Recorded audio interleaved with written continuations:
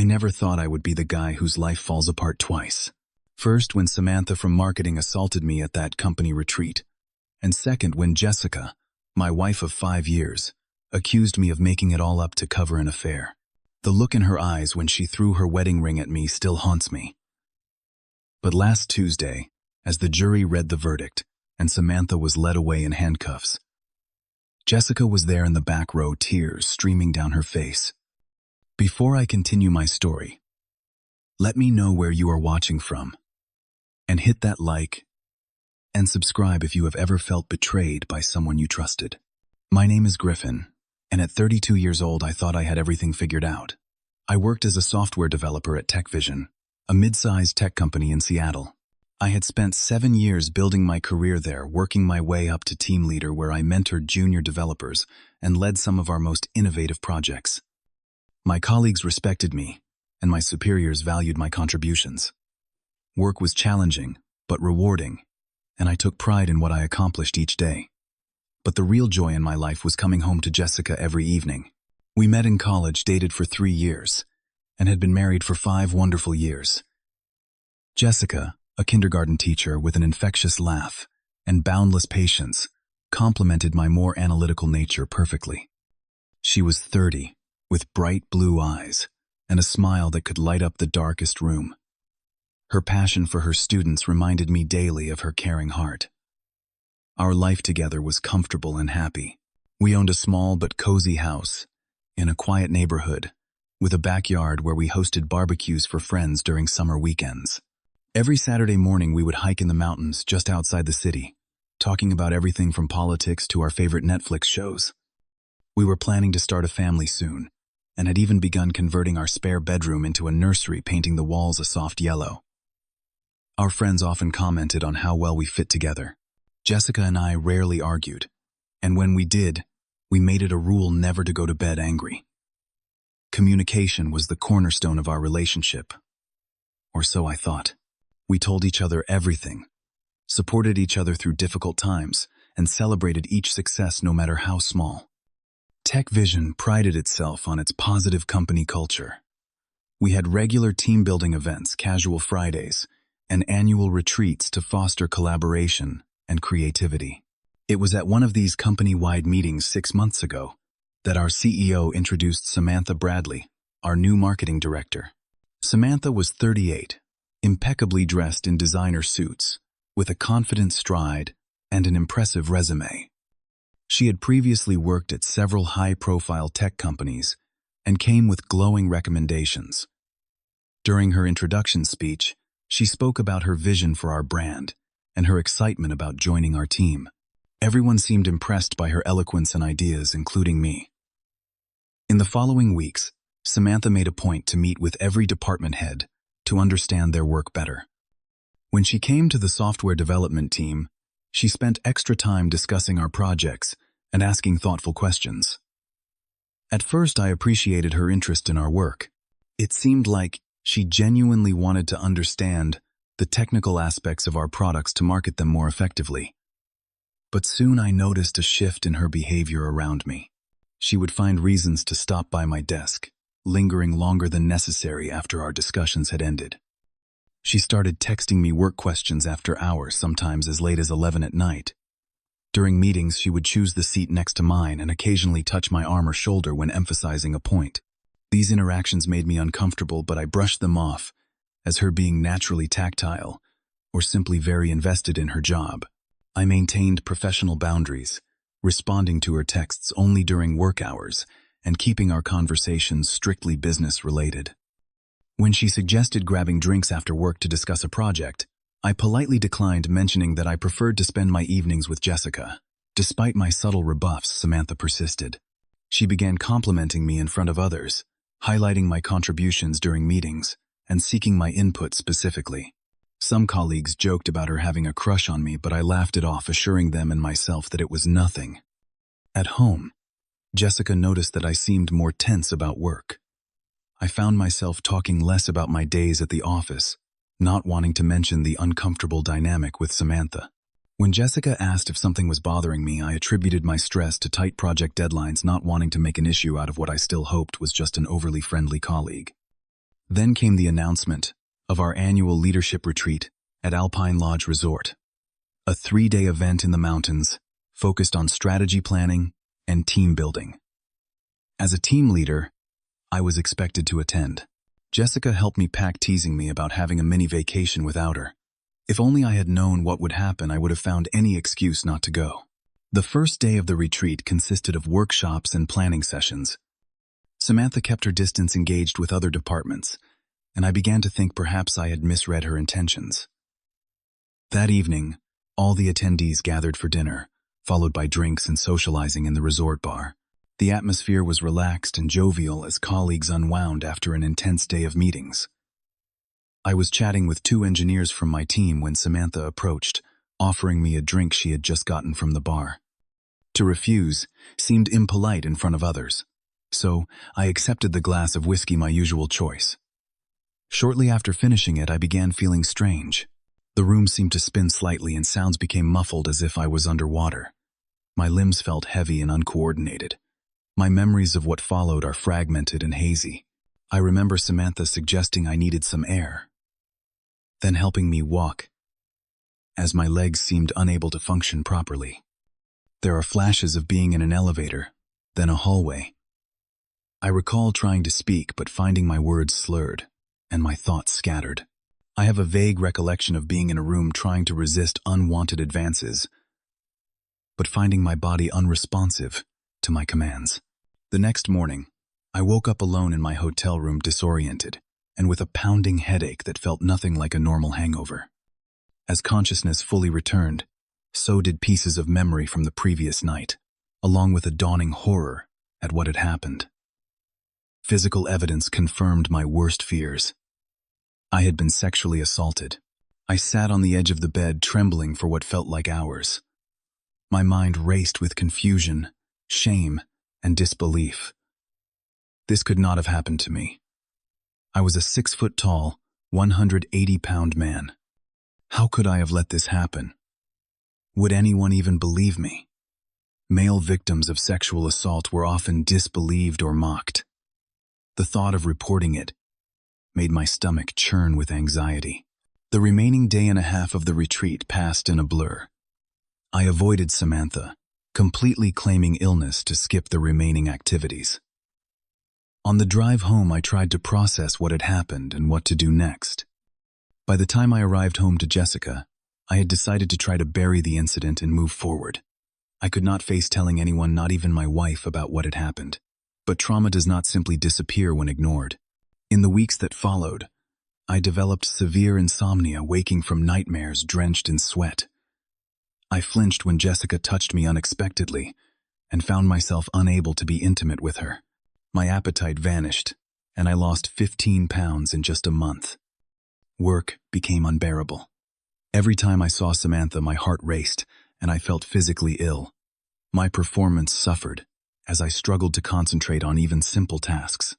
Jessica grew increasingly concerned about my behavior. She would find me staring blankly at the wall instead of sleeping, or notice me skipping meals. When she tried to hug me from behind, I would jump away as if burned. At first, her concern manifested as gentle inquiries about my health and suggestions to see a doctor. When I insisted I was fine, just stressed about work, her worry began to shift toward suspicion. 2 months after the retreat, Jessica confronted me after finding texts from Samantha on my phone. Though they were work-related, the friendly tone and late-night timestamps fed into her growing fears. She sat me down at our kitchen table, her face a mask of controlled anger. "Have you been working late with Samantha all these nights?" she demanded. "Why do you pull away every time I touch you? What is going on with you, Griffin?" The pressure of keeping my secret combined with her accusation broke something inside me. Through tears and halting words, I finally told her what had happened at the retreat. I described waking up disoriented, the physical evidence of assault, my suspicion that my drink had been drugged. Jessica listened in silence, her expression shifting from anger to confusion. When I finished, she did not rush to comfort me as I had desperately hoped. Instead, she asked questions, her tone increasingly skeptical. "So Samantha assaulted you, but you did not report it. You kept working with her for 2 months, without saying anything, And I am supposed to believe this is why you have been distant and secretive. Her questions turned accusatory. She pointed out the late nights at work that coincided with Samantha staying late too, the texts between us, my physical withdrawal from intimacy, my refusal to discuss certain work events. In her mind, these were not symptoms of trauma, but evidence of infidelity. Tell me the truth about your affair with Samantha, she demanded, her voice rising. Stop lying to me. Stop using this ridiculous story to cover your cheating. I tried desperately to convince her, sharing traumatic details I had not wanted to relive, begging her to believe me. But her mind was made up.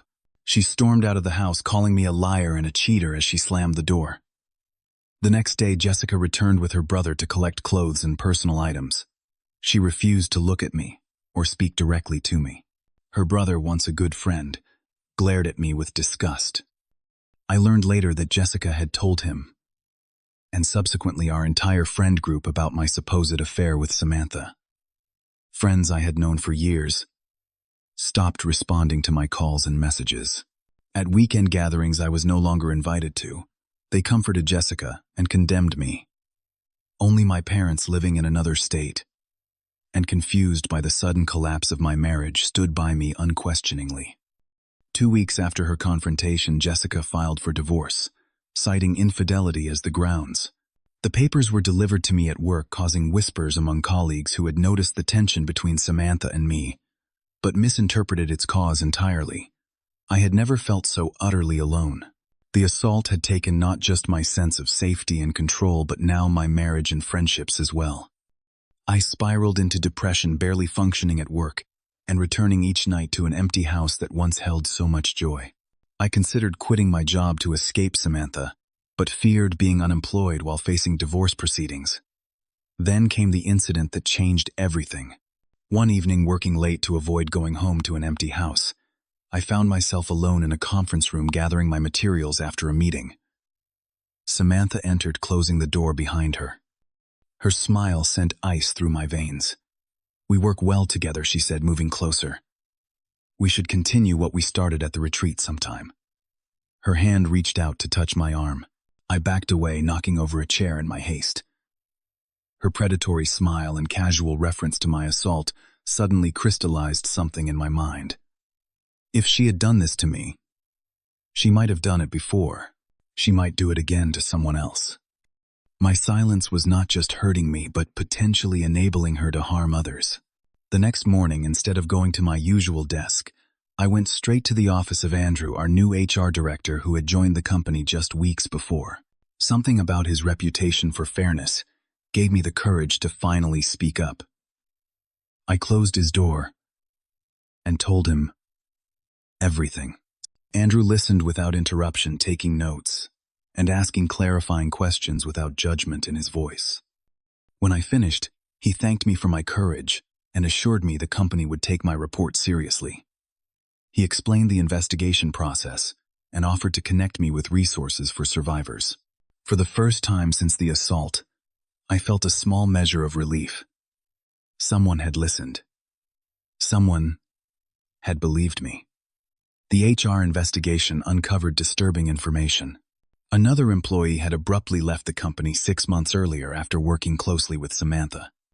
Andrew contacted this former colleague, who reluctantly admitted to having a similar experience, but had been too afraid to report it. I also found an unexpected ally in Taylor, a colleague from the marketing department, who had witnessed Samantha's behavior toward me and others. Taylor had noticed Samantha targeting certain male employees and creating situations to be alone with them. Her testimony proved invaluable to the investigation. The company response was initially divided. Some executives worried about the reputation damage of such allegations against a high-profile hire, while others insisted on a thorough investigation. The discovery that security cameras had captured footage of Samantha helping my clearly incapacitated self to her room provided compelling evidence that could not be ignored. Encouraged by the seriousness with which my workplace was treating the situation, I made the difficult decision to file a police report. The detective assigned to my case was professionally skeptical at first, but became increasingly supportive as evidence mounted. A toxicology expert confirmed that my symptoms were consistent with being drugged, though too much time had passed for testing. When news of the police investigation spread, 2 other men came forward with similar experiences from Samantha's previous workplaces. Formal charges were filed against Samantha for sexual assault. She was placed on administrative leave from TechVision and hired an aggressive defense team who immediately began portraying me as a jilted lover, inventing accusations after being rejected. Throughout this process, I found a specialized therapist who worked with male sexual assault survivors. In therapy and in a support group of other male victims, I began to understand my reactions and work through the shame and trauma. I learned that my response is freezing, being unable to resist the fragmented memories.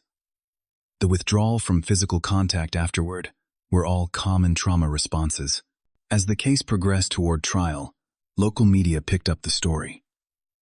Male sexual assault, particularly in professional settings, became a topic of public conversation. I remained anonymous in news reports, but the details of the case were discussed openly. It was through this media coverage that Jessica first began to doubt her assumptions. She saw experts discussing how male victims often hide their trauma and are disbelieved when they come forward. She read about the prevalence of drug-facilitated assault and the shame that keeps many victims silent. The trial preparation was grueling. I spent hours with the prosecutor and a victim advocate preparing for testimony and the likely tactics of the defense. Each recounting of the assault reopened wounds, but I remained determined to see the process through. When the trial finally began, 8 months after I reported the assault, I faced Samantha across the courtroom. Her attorney portrayed her as the true victim, a successful woman being targeted by a man who could not handle rejection. They suggested I had invented the assault to cover marital problems or to explain away an affair gone wrong. My testimony lasted nearly 2 days. I described the events of the retreat, the aftermath, and the devastating impact on my life. The defense cross-examination was brutal, questioning my memory, motives, and character. They brought up my marital problems as evidence that I was inventing the assault to win sympathy from my wife. Other victims testified about their experiences with Samantha, establishing a pattern of behavior. Expert witnesses explained trauma responses and the unique challenges male victims face. Security footage from the hotel clearly showed my impaired state as Samantha led me to her room, contradicting her claim that I had gone willingly while sober. On the 3rd day of the trial, I spotted Jessica sitting in the back row of the courtroom. Our eyes met briefly before I returned my attention to the proceedings. I did not know why she was there or what she was thinking, but her presence unsettled me deeply. After 2 tense days of jury deliberation, the verdict came in. Samantha was found guilty on all counts. As the judge read the decision and officers moved to take her into custody, I felt a complex wave of emotions: relief, vindication, lingering pain, and exhaustion. It was finally over. In the hallway outside the courtroom, reporters gathered for statements from the attorneys. I slipped out a side door, wanting only to go home and process what had happened. A familiar voice called my name. Jessica stood there, tears streaming down her face. "I am so sorry," she whispered. "I should have believed you." In the days that followed, Jessica reached out repeatedly, asking to meet and talk. I finally agreed to see her at a neutral coffee shop near my new apartment. She arrived early, visibly nervous, clutching her cup with both hands as I sat down across from her. Her apology was heartfelt and tearful. She explained that she had been raised to believe men could not be victims in the way I had described, that her fear of being betrayed had overwhelmed her ability to truly hear what I was telling her. She admitted that watching the trial had been an education in her own biases and ignorance about male sexual assault. Jessica revealed that she had called her lawyer and halted our divorce proceedings.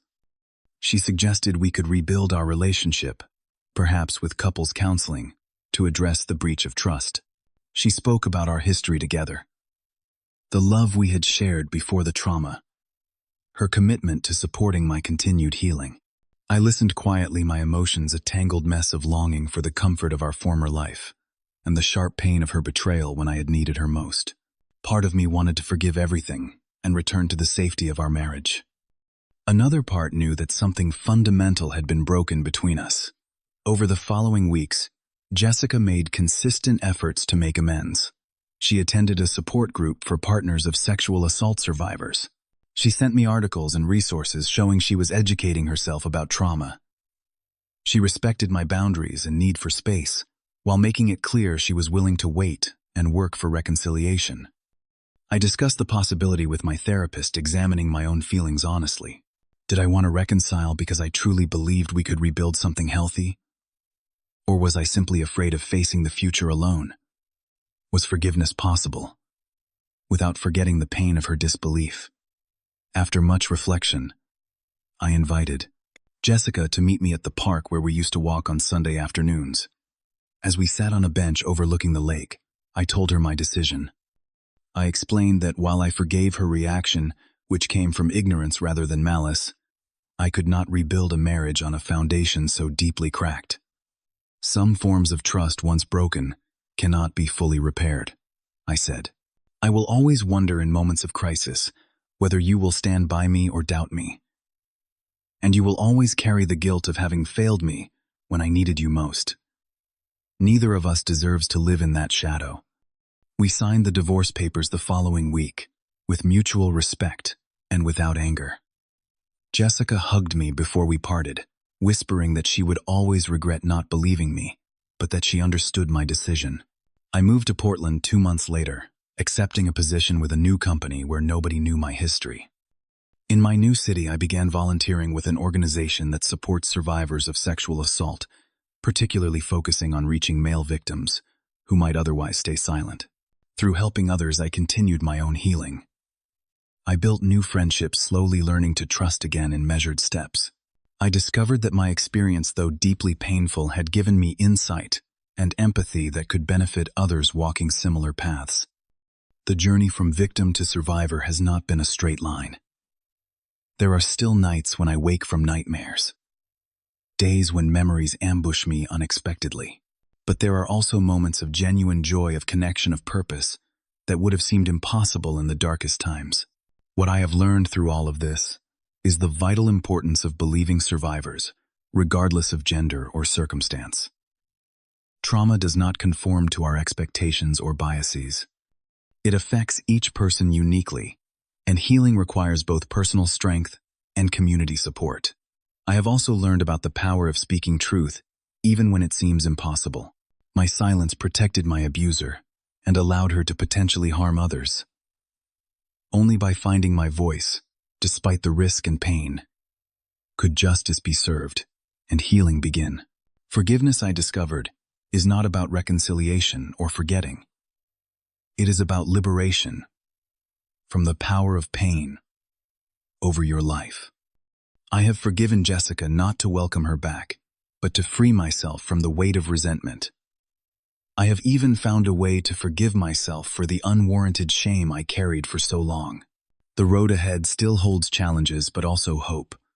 I am gradually becoming open to the possibility of new relationships, though I now understand the importance of a foundation built on true trust and respect.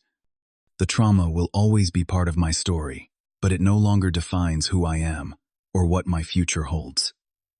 If you are watching this and struggling with your own trauma or betrayal, please know that healing is possible.